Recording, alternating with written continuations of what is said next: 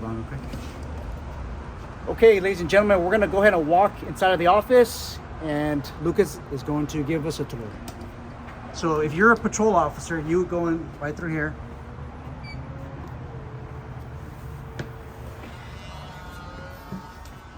So patrol officers normally come in.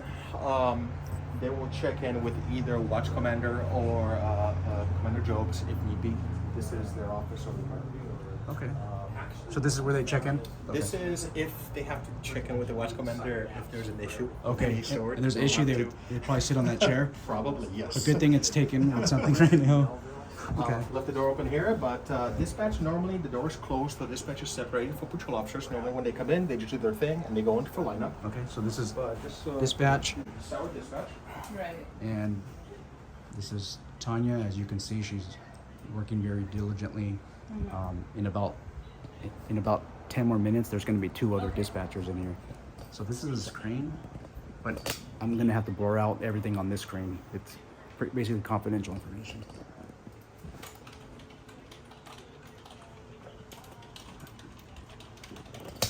So the screen I pointed to, which I'm going to have to blur out, it shows you where every unit is at.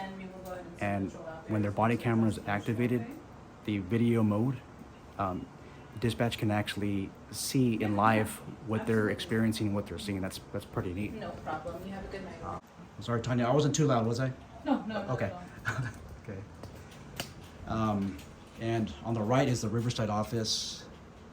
This security firm also has a patrol division in Riverside, which is pretty neat. And I like how they're paying attention to what's going on at the other office.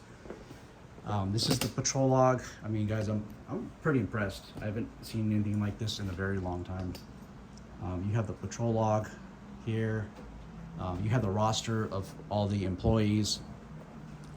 And by the way, they have 150 officers. That's amazing. There's other maps of the city. Okay, help me out, Lucas. What is this on the right part of the screen?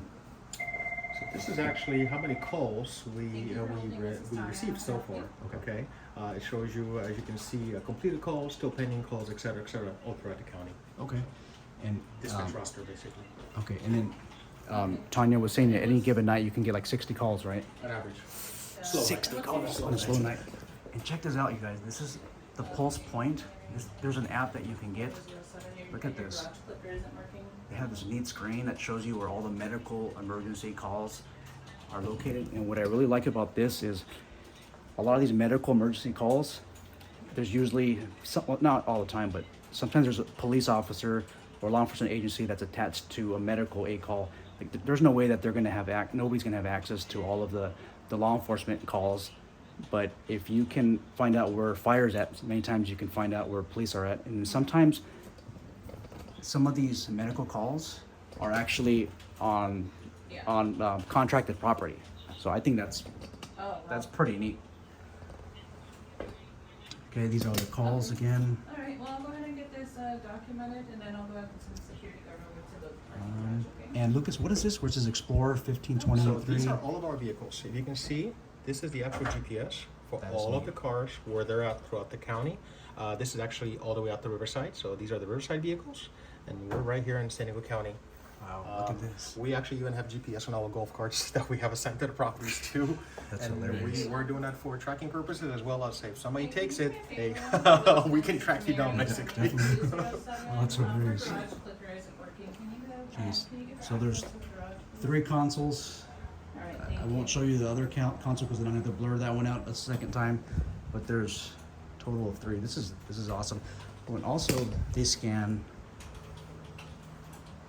the law enforcement channels right here through here. So this is the actual scanner over here that runs all of the San Diego County. The agencies that are scannable. Okay. Of course. And guys and gals, I highly recommend that you scan other agencies. That way, if there's an incident on your own property, you'll know what is going on and you'll have a little bit more information.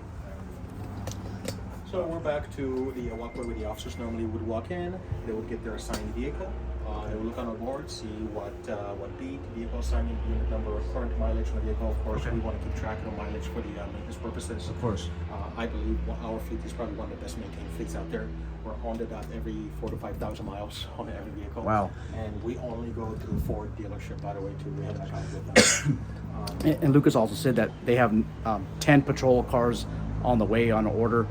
If you guys look at the miles, I mean, they're not even that much. Usually when you get a used patrol car from a law enforcement agency, there's like 115,000 miles.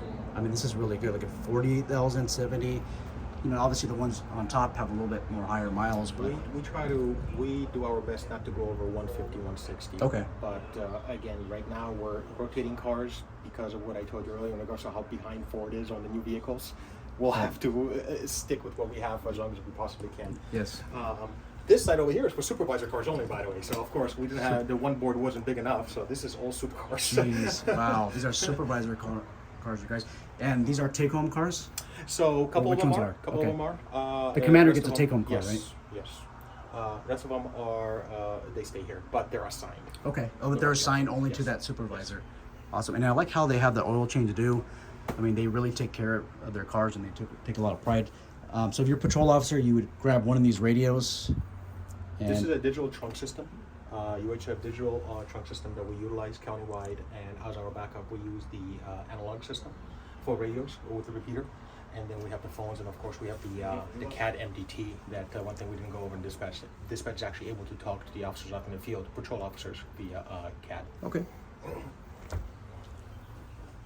And this is where they would pick up their NBCs, right in here.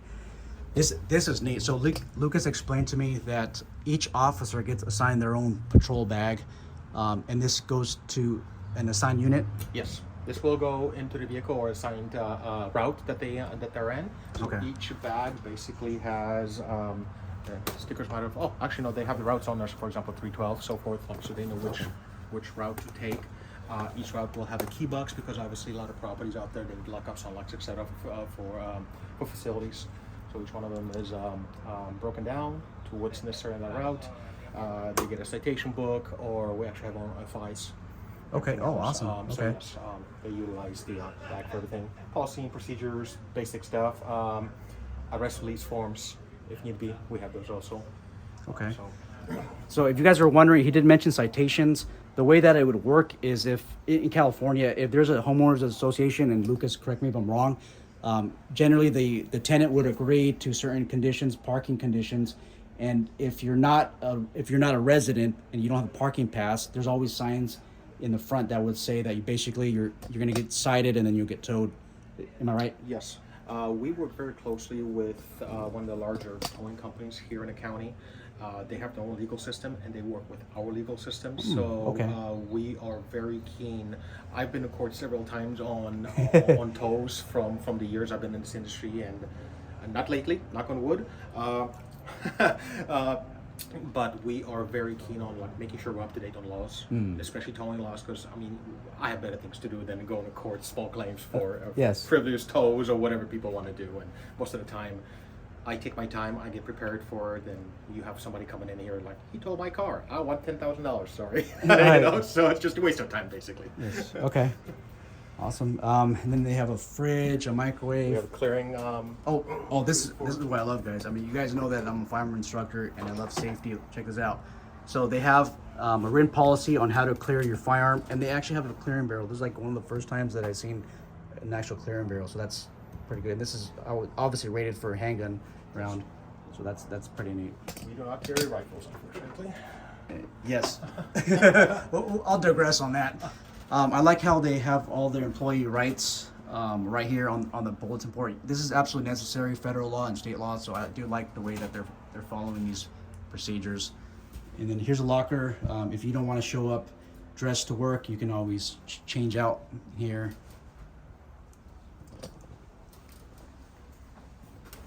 That's pretty neat, guys. I mean, a lot of these companies, they don't even allow you to have any locker space, and they just expect you to show up in your uniform. This is neat. And here we are, the briefing room. The briefing room, yes. Every day we have a brief for the night shift. That's when the most patrol officers come in. Brief normally takes between 10 15 minutes. Okay. Every now and then, if we want to throw in a quick training video, we have a TV here, and we can either, one side topic very quick. One of the best training tools to me is YouTube out there. Yes, yes. We'll throw in a quick video. Hey guys, have you heard what happened? We'll watch, let's say, an OIS from a department or something like that, and like, hey guys, we'll talk about it very quick. Or an encounter of security. There's a few videos out there what security officers encounter, maybe not the best ones, and we'll discuss it. Or as a matter of fact, we have a CPR, renewal CPR class coming up. Okay. So we'll do it over here in probably a couple days with 2 different shifts coming in and stuff, as well as the Narcan that Commander Jobs mentioned to you earlier. Okay. So we'll be going over that as well. But going back to every day is a brief. There's pass downs done every single day for every route. Because every single route, every property tech. Can we take a look at that? So this is just a survey. This is not the pass Oh, downs. okay. Sorry. Pass downs are probably not even done yet because they're actually finishing them right now. Because pass downs are normally done up until last minute because we have calls coming in up until patrol officers come in. So pass downs literally get printed out a couple minutes before the brief. The watch commander will be up here, go over the pass downs. Everybody will take notes and they hit the road. Awesome. Okay. And my understanding that you also have, the company has a training facility license as well, and you're able to train in just about anything, all the 40 hours. Yes. For the private security licensor, so that's pretty neat. So it looks like this is a dual purpose training and also the briefing. We can go as far as I'm certified in NRA and the CCW as a CCW instructor as well. However, not San Diego County certified because they have a little different policy, but for the basics, basic pistol, basic in-home protection, and CCW, absolutely we can do those. We haven't done too many of those classes recently, just because I'm very busy on the security side. I see that. If anybody's out there, of course, looking for extra training, absolutely. I'm very big on training. We actually have a good friend of ours that owns a huge plot of land with the private range. Wow. Up in, is it Yakumba? So up in the mountains. Yakumba, that's my area. Off of 94. Sorry, I'm off of 94 past the casino there. Sorry, I forgot the area name, but we're actually able to go out there. That's awesome. Maybe a couple times a year if we're lucky. Of course, it's all time constraints, and we actually can run drills and everything else up there. So. Wow. Okay. And who usually runs the drills? I do, and when we had our instructor when he's still in town, he's a retired San Diego PD SWAT as well as a retired San Diego, not San Diego, excuse me, UCSD sergeant. Okay. He's the one that was running everything. Now, for those of you out there, I'm looking for instructors, by the way. BSA is instructors and BSA is baton instructors. So you guys hear that? He's hiring firearm instructors and baton instructors. I am hiring instructors. Reach out to us, 619-938-2333, and contact Mr. Mike. He's the recruiter. Okay. So definitely. Hey guys, I really like this board. This is the confiscated weapons items. Before you guys start complaining, security can't confiscate weapons. These are basically your abandoned weapons. That's all that they are. They're abandoned, and the security force took it away. Just look at these items, guys. This bat can kill you. The hammer can kill you. Those of you in the comment section below, what do you think that this is right here? What do you think that this is? These are burglary tools. In California, the penal code violation for that is 466. Pliers, a bolt cutter, nunchucks. That's a felony. The brass knuckles with the spikes, felony. And you have all these dirks and daggers. That's how dangerous you guys' job is out there. And I really like how that they're posting this. My understanding, you found a samurai sword, or somebody turned that in as well? Yes, I can't show you that here in a minute in my office on the admin side. I just don't have, we have boxes and boxes of, like you said, Sean, we call it confiscated on a wall, but in reality, we've had calls where we would contact the trespasser, for example. The gentleman or the subject would basically just leave those behind him, run away or walk away, because we have kind of no basis for detaining him. We just tell him to leave the property. Of course, we're not going to leave it there for a kid to find. Yes. That's why we just collect it, and we either destroy it or we put it up here on display so we can kind of show folks out there. Every now and then we have clients coming in here. We can just tell them, like, look, this is what we do. This is we take that extra step. Okay, come out here and we I say confiscate quotation marks as in like we collect those items. Okay. From confiscate off the floor or ground, whatever, okay, and we dispose them one way or another. Awesome. Okay. There's your bulletin board, the TV, and then this is the NRA target. Those of you who will be getting your exposed permit or you have to qualify, this target looks familiar, and it looks like you guys probably qualify to a higher standard. Is that Yes, what sir. this is? That's exactly what it is. Okay.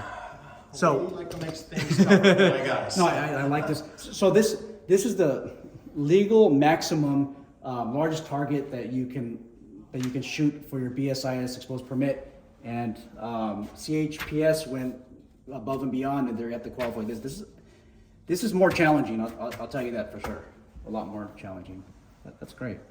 Now, if you come to the course, you're outside security officer. Do you get to qualify with the one on the left or the right? The left. Oh, okay. Yes. Okay. Oh, but this is your standard. So this is my standard I love it. for the employees here. Okay. Okay. So I love that. Yes. Okay. For our officers only, after they go through our course, they get some experience, they practice, and then every time they have to requal, and they still have to requal every 6 months, of course, per DSIS. We actually give them one of those targets if need be, if the facility that we use doesn't have it. Now, every now and then, facility that we currently use for shooting, which is Discount Gun Mart, I want to give them a shout out. Great bunch of people over there, by the way, on Marina. They have a couple great instructors also for the and range masters. They have some of their own targets, and we have a great working relationship with them. They'll use this one, but they'll turn the target. They might move it a little bit or something, because they already know they keep our guys up to a bit higher standard. Okay, perfect. Wonderful. All right, here we go. So that's all I have today. If you're interested in working for this security company, make sure you check out the description box. In the description box, I will leave a link to one of the recruiting websites. Just make sure you tell them that Sean Sundal from the Security and Investigations channel sent you. That's all I have. Take care, and I'm looking forward to the dialogue.